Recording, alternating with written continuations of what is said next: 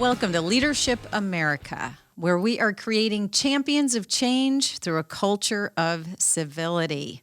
I'm Angel Carlton. And I'm Scott Murray, and we're delighted to welcome you on board.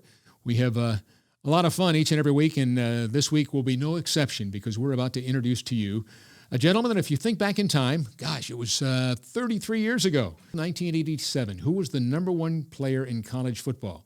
A gentleman that won the Heisman Trophy because he was. Played at Notre Dame, the Fighting Irish, and then went on to become a member of the Pro Football Hall of Fame. One of only 9 players to this day that's a winner of a Heisman Trophy and then went on to the Pro Football Hall of Fame. How about that? I'm telling you, we've talked to some awesome champions on this show. That's a pretty good group, isn't it? That's a champion It really right is. there. Yeah. Tim Brown, welcome, my friend. Thank you Tim. very much. Good to be Glad here. you're here. Great to be here. Well, did we get that right? Yeah, you got it Heisman right, Trophy man. winner? You know it better than I know it now, Scott, I believe. So, 1987. Yes, sir. Wow. Yes, sir. Oh, that's unbelievable. You think It really back, is.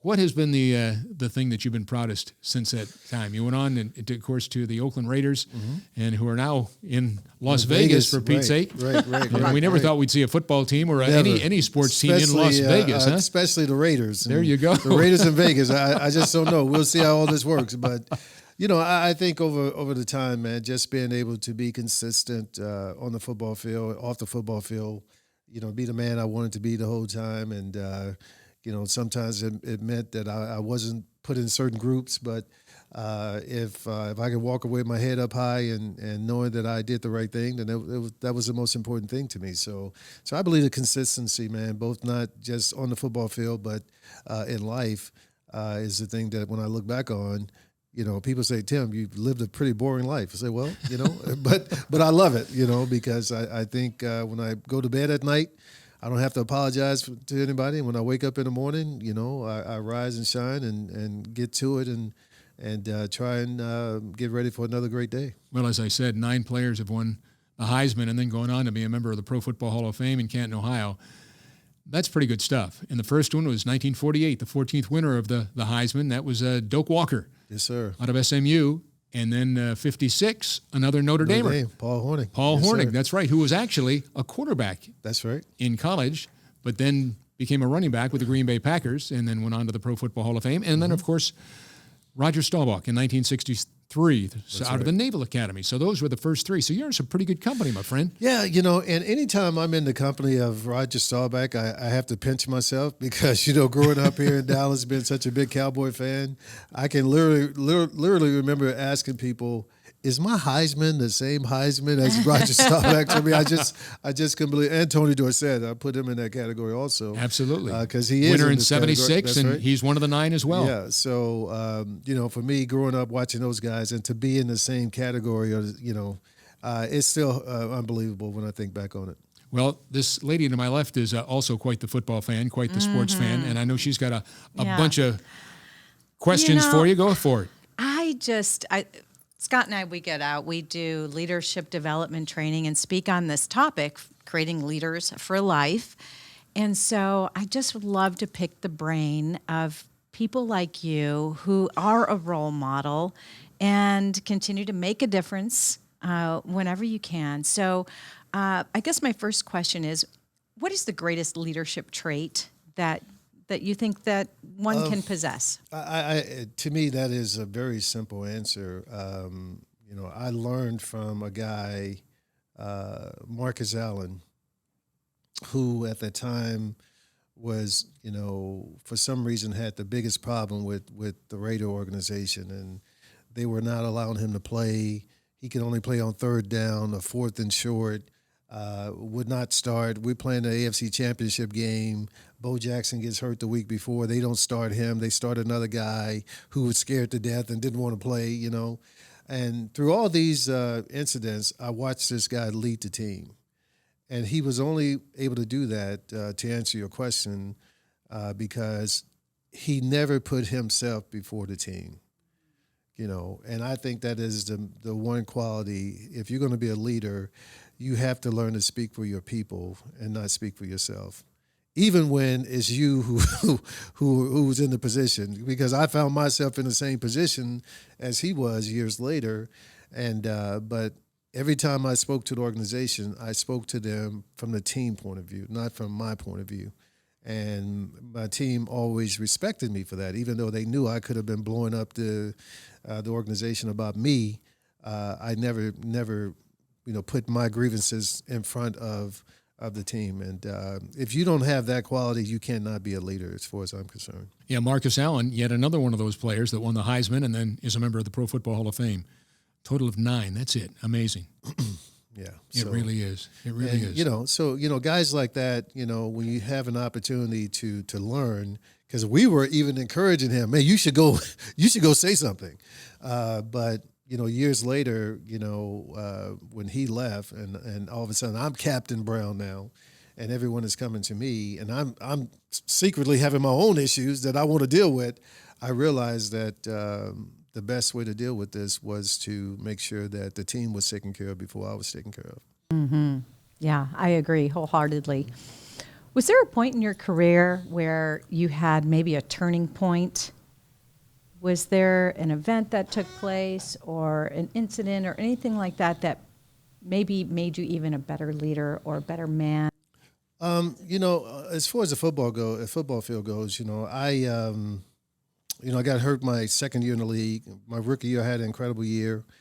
My opening game, my second year, I tear my knee up, have total reconstructive surgery. Doctor literally tells me, Tim, maybe you have 5 years, more like 4. So, you need to use that great Notre Dame education you got and move on with life. And so football became something different for me then. It wasn't about trying to be one of the best. It was really, just trying to play as long as I could play and, as long as my knee would hold up. So from that standpoint, when I had in 1992, a couple of years later, I made the Pro Bowl as a punt returner again. But in 1992, I had a couple games back-to-back starting as a wide, and I hadn't started since my rookie year. This is year 4 or 5 for me now. And something in the back of my head said, well, the knee still feels good. Mm-hmm. So, we may have a shot to do something here.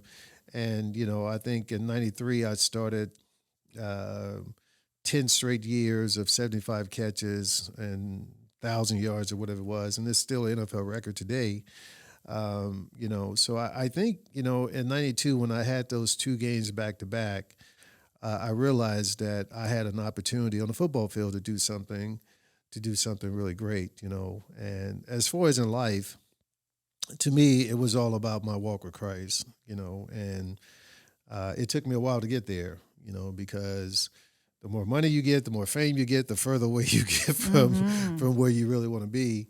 And especially being in L.A., where it didn't matter how good you looked. Right. The fact was you were driving a Porsche, playing for the Raiders. That's all some people needed to know. And you were playing good football at the time, so that made it even tougher. So hanging out with Magic and hanging out with that group, it was just a tough time for a young man who's trying to be morally correct, living in a very immoral world. So by June 26, 1996, I had done the Oprah Winfrey show, and had an incident up there that was really, we could talk another hour about that alone.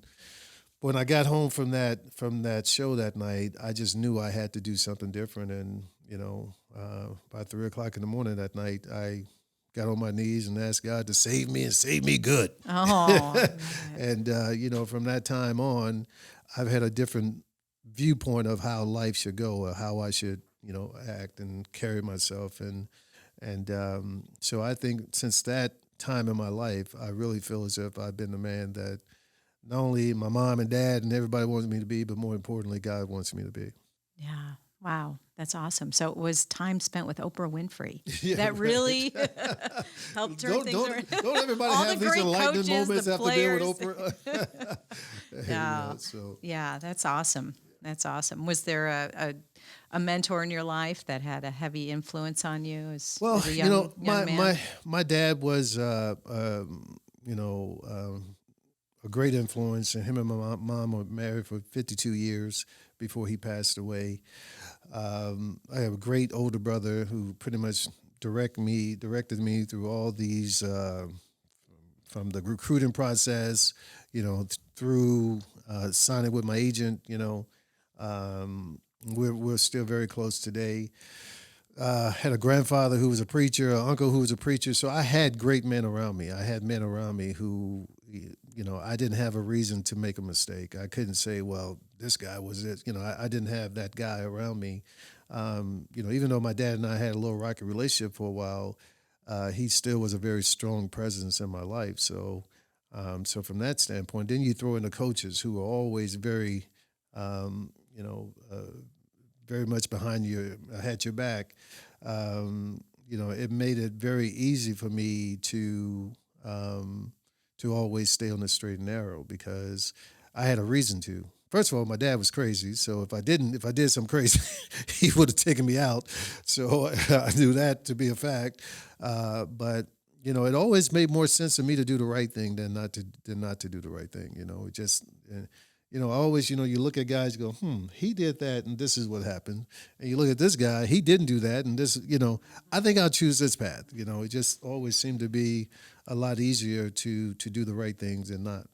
And so was there a role model in your life, maybe a coach that really influeed you, and how did they influence you? I had a guy, Coach Hamilton. He just passed away, unfortunately, from COVID. So sorry. In mid-June. Where was he a coach? Wow. Woodrow. Oh, At Woodrow Wilson. really? And went on to be a principal at Madison, and he ran Forrester Field for a while. But he used to have this thing. He used to say, "Blood and guts," right?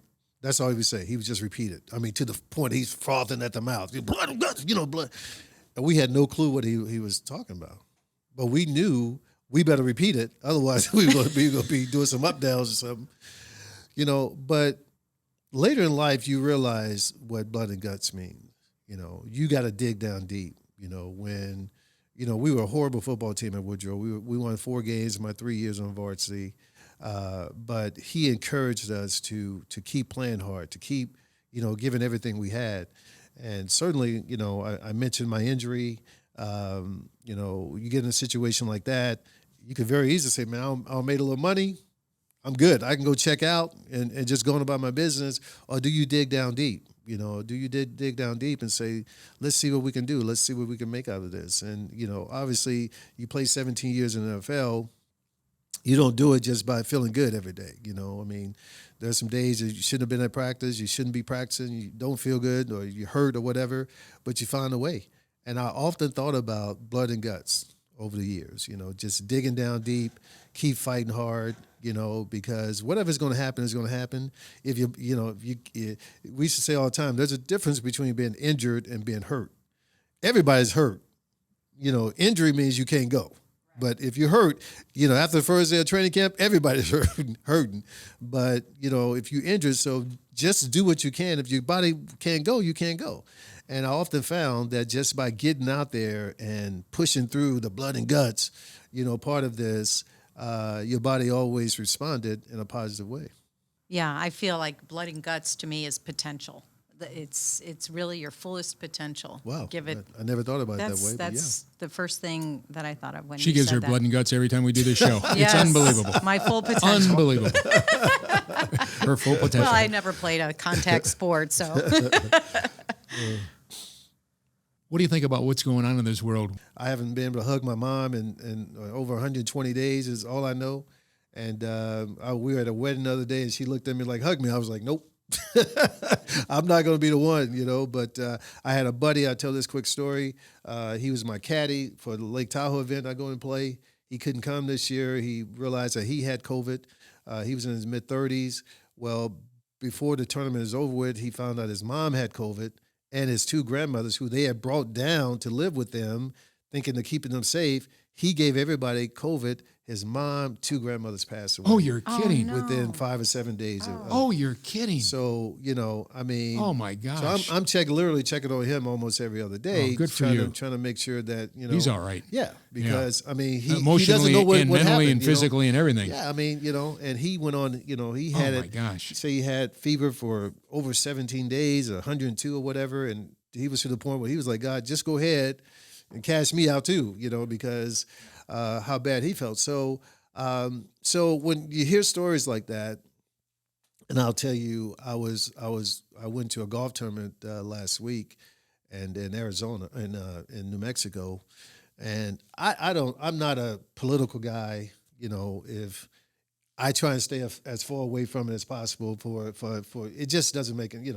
I'm gonna be now, if I'm in a situation where I have to speak my piece, I speak my piece, but I'm not going to indulge myself in, or, involve myself in.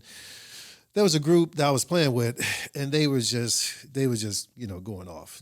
Probably for all 18 holes, right? Yeah, just going start off. to finish. And and I knew that almost left the foursome, and literally went to the airport and went home. Is what I was planning to do. But one of the guys who was with them, I think he got what was happening, and he sort of changed. Oh well, hey, how about the weather? He became, because they asked me if I knew anybody who had died from COVID, and I relate the story about my caddy, and their reaction to that was it sure you sure it was COVID? And I'm thinking, I just told you a man lost 3 people, and you don't even have it in your heart to say, oh, I'm sorry to hear that.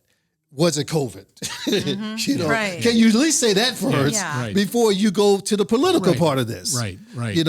And my heart just sank, because, it's like, I hope and pray that I never get to a point in my life where, and I tell my pastor says this all the time to us, don't y'all follow me, y'all follow the Bible, because I may go crazy. Well, tell us, before we wrap things up, tell us about what you're doing today. Oh, man, yeah, I got the little oil and gas thing going on that I had a buddy. I got to tell this story. It's funny. I'm playing golf with him about 4 years ago in the middle of Craig Ranch fairway, and he says to me in the middle of the fairway, hey, Tim, you think you can be black for the rest of your life? And, knowing that he thinks he's a funny guy, I said to him, there's a pretty good chance that's going to happen. And he said, well, I think that, there's a way that we can, do some business. And I was like, okay. I didn't know, I knew he was rich. I didn't know what kind of rich he was. Right. Come to find out, he was in the oil and gas industry, and told me that there were a lack of minorities in the industry that I should take a look at. This was 2016, way before all this started coming around. And we looked at it. In 2016, there was not one minority company, that could move oil or gas from coast to coast. Not one in 2016. 21st century. Is that crazy or what? I was shocked by that. And in fact, in Texas, the minority fuel industry is ran by 2 elderly white women. They run. Kidding. Yeah. To this day? To this day. Really? So there's only one other minority company that we found. Now, there's been a couple to come on the scene since, but it was a company out of Ohio. They only do work in Ohio and East, and California had nobody that they were doing business with, And I was just shocked that in 2016 there was no one in this industry. I know why now.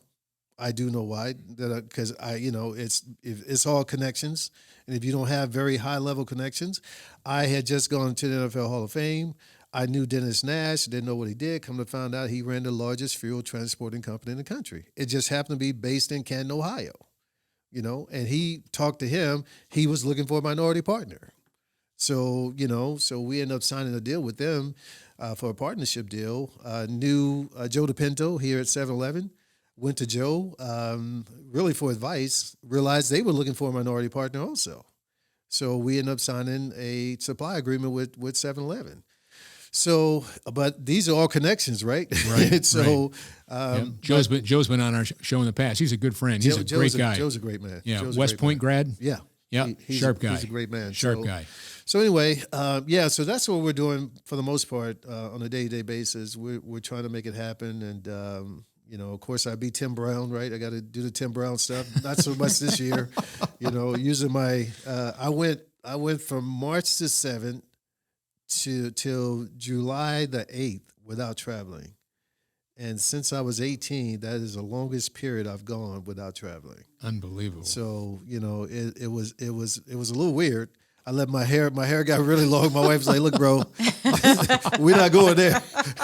We're not going there. That's hilarious. So she thinks this is too long. She was like, you just cut it. Oh, that's I just funny. got a haircut last night. What are you talking about? So That's funny. but anyway, yeah, so we're staying busy, man. We have some other projects we're looking forward to, and we'll tackle them when we get there. Good. Well, before Yeah. Angel wraps it up with our final question, I just want to tell her, you might not know this, but Tim is the answer to one of the most, yeah, he knows what I'm going to say, one of the most iconic questions of all time when it comes to football.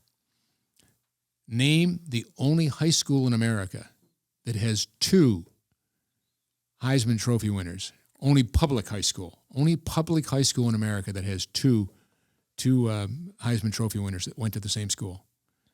Woodrow Wilson High School Right here in Dallas. in Dallas, I knew Texas. That's Tim where you Brown is attended. one, and you know who the other one was? Who? No. The fourth recipient of the Heisman Trophy in 1938. Oh, You know who it is? Doak Walker. No, Doak Walker. Doak Walker was 10 years later. That was Highland Park. Never mind. No, he went to TCU. Right. Davey O'Brien. Davey O'Brien. Okay, same Davey era. O'Brien. Okay. How about that? Yeah, In the wow. national, national, the about Davey that? O'Brien National Quarterback Award, the top collegiate quarterback every year gets the Davey O'Brien Award, and so he went to the same Mm-hmm. Yeah. high school. So that's a Love great that. trivia Sports question. Trivia. That is Great awesome. trivia question. 2 guys that you. went to the only public high school in America to have 2 And I'm Heisman still trying Trophy to figure winners. out how that happened because he was a Fort Worth guy. Yes, he was. I'm Yep. trying to figure out what happened, how he Yeah, got to Woodrow. he was at Fort, and I was told, I asked the same question once. I was told that his family moved to Dallas for a period of time. That's how he ended up at Woodrow Wilson. Wow. And then from 38, Davey O'Brien, to 1987 in Tim Brown. Yeah, so there's no way it was a So it's faculty thing like So almost, coach. I mean, so yeah, 49 coaching, years. Right. 49 years. Isn't that something? lineage. Almost half a century. Love that. Yep. Yeah. Well, my brother is a high school coach who won 7 consecutive Wow. championships in the state of Illinois in a row. There's only 3 high school coaches that have done that. So, yeah, that's pretty cool too. That's But he getting hasn't bred any superstars yet. But anyway, yeah. So as we wrap things Yeah, up, that's go good ahead. stuff. Final That's question good is all stuff. yours. What an incredible life. I just have thoroughly enjoyed listening to you and your perspectives. You're an iconic, I love that word, American football star. That's your legacy so far. You're doing some incredible things as an entrepreneur. Is there anything you can't do that And you'd love to be able to do? And philanthropist, too. Good guy. Kicks back. Philanthropist, Father of the Year. Yep. I mean, the list just goes on. And I'm wondering, what is it that you would love to be able to do that maybe you've not been able to sing? I can I relate think to I can that. sing, but my wife reminds me all the time that is not the note that was supposed to be sung in. So, I'm very grateful that you look back on life and you think about the turns and the twists and how you end up here, and it's like, wow, it's really amazing that. When I thought I should have went left, I went right, but it ended up being the right decision. When everybody else told me I should go right, we went left, and it ended up being the right decision. And I think, for me, it has just been, if I just allow God to do what He's going to do, then things will work out instead of trying to do things myself. If there's anything I wish I can do, to be honest with you, it's like let God lead a little bit more than I try and lead. And sometimes when you have a little intelligence, you have a little, you've gone through life, you had some experience, you think, I know what to do right here. But, it's really amazing some of the things that have happened. I ended up at the University of Notre Dame because Notre Dame came to recruit some other kid.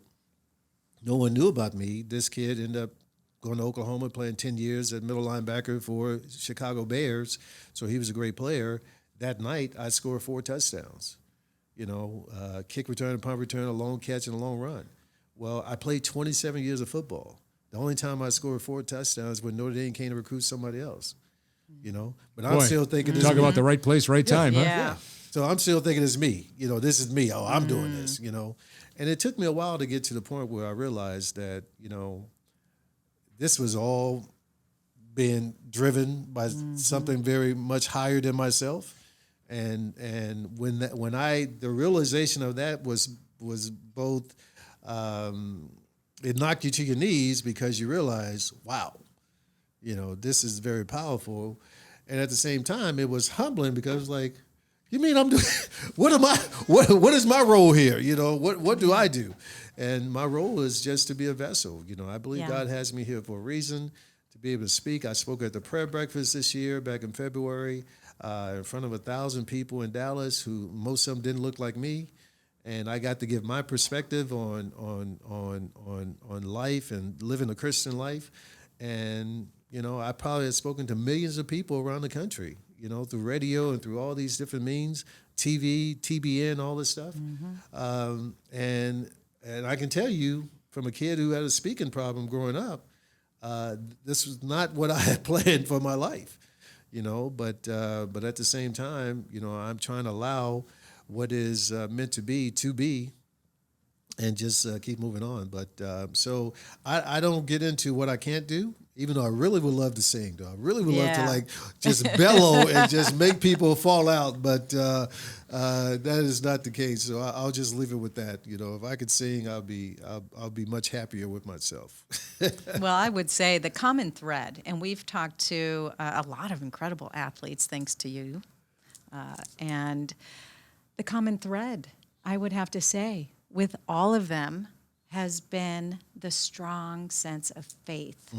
And I love that. I love that because on the football field or whatever sports you might be playing, you don't know that that's going on. Or maybe it came after the sport ended, the professional career.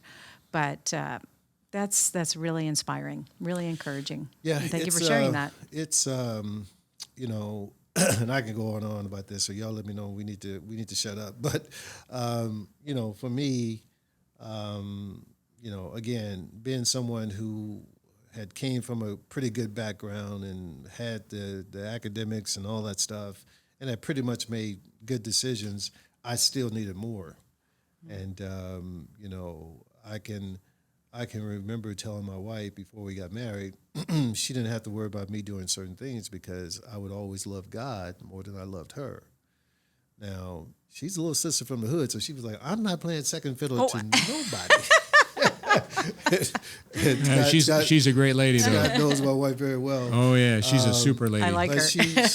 She realizes, almost on a day-to-day basis, because we've had so many of our friends to separate, that it's there's a difference, and the difference is, I'm trying to be guided by one above and not just myself, and so you look at problems differently. You try, and so yes, I mean, for me, it happened right in the middle of my career, which was even tougher because now I'm thinking about changing.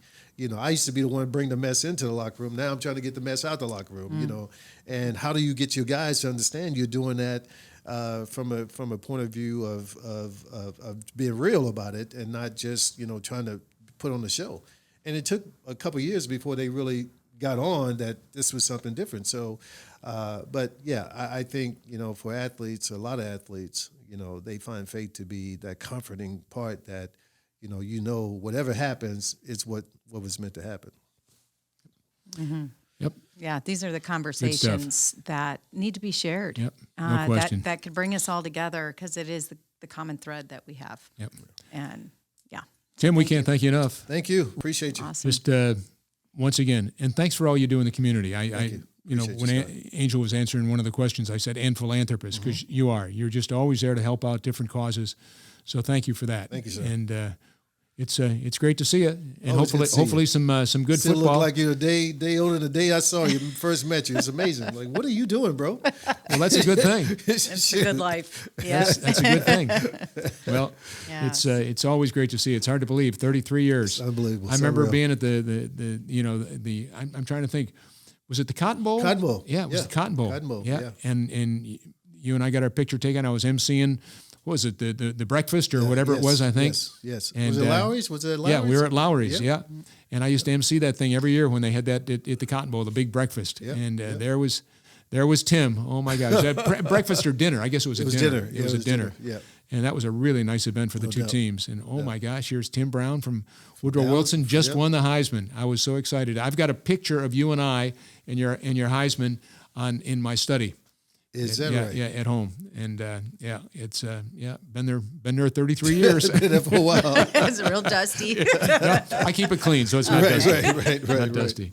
But thank you so much for Yes, thank you. Appreciate you, Andrew. for stopping by. It's great to see you. Always great to see you. And Yes, sir. Anything we can ever do, I know. just I call know your Leadership number. America. You know got where I your am. number. Yeah. All right. All right, Visit guys. leadershipamerica.net. You got it. Well, why don't you? Why don't you? you? I'll simply say thanks for joining us and being a part of our special day here with Tim Brown, Heisman winner, and as we told you at the top, one of only 9 players in the history of football to be member of the Pro Football Hall of Fame and have won the Heisman. So a pretty select group.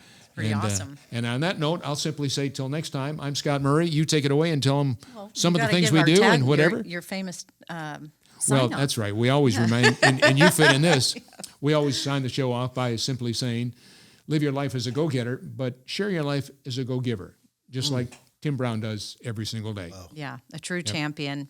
I'm Angel Carlton. Thanks for joining us this week. Visit us at leadershipamerica.net. And until then, just be your best self. Bye-bye. So long.